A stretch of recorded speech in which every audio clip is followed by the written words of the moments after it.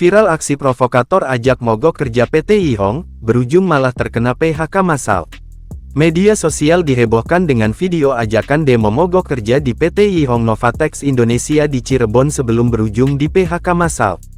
Adapun dalam rekaman CCTV awalnya memperlihatkan sejumlah orang berpakaian hitam diduga provokator melakukan sweeping di kawasan pabrik.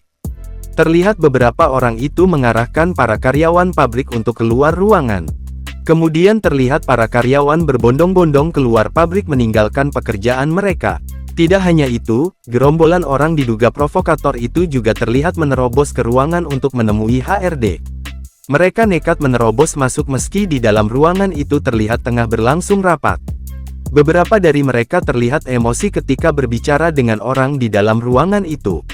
Melansir dari tribunnews.bogor.com, Minggu tanggal 6 April tahun 2025, dalam dokumentasi terpisah saat demo itu berlangsung, terlihat beberapa orang bahkan membawa spanduk tutup PT Yihong. Demo mogok kerja tersebut diketahui digelar para karyawan itu dengan tuntutan pengangkatan 617 orang pekerja part-time menjadi karyawan tetap.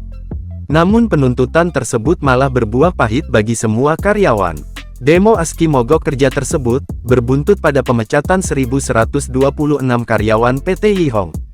PT Yihong Novatex Indonesia mengklaim mengalami kerugian besar setelah para karyawan itu demo mogok kerja selama 4 hari.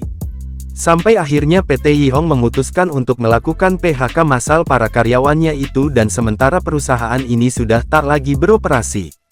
Dalam surat pemberitahuan dari PT Yihong yang beredar disebutkan bahwa akibat mogok kerja tersebut, PT Yihong mengalami keterlambatan pengiriman.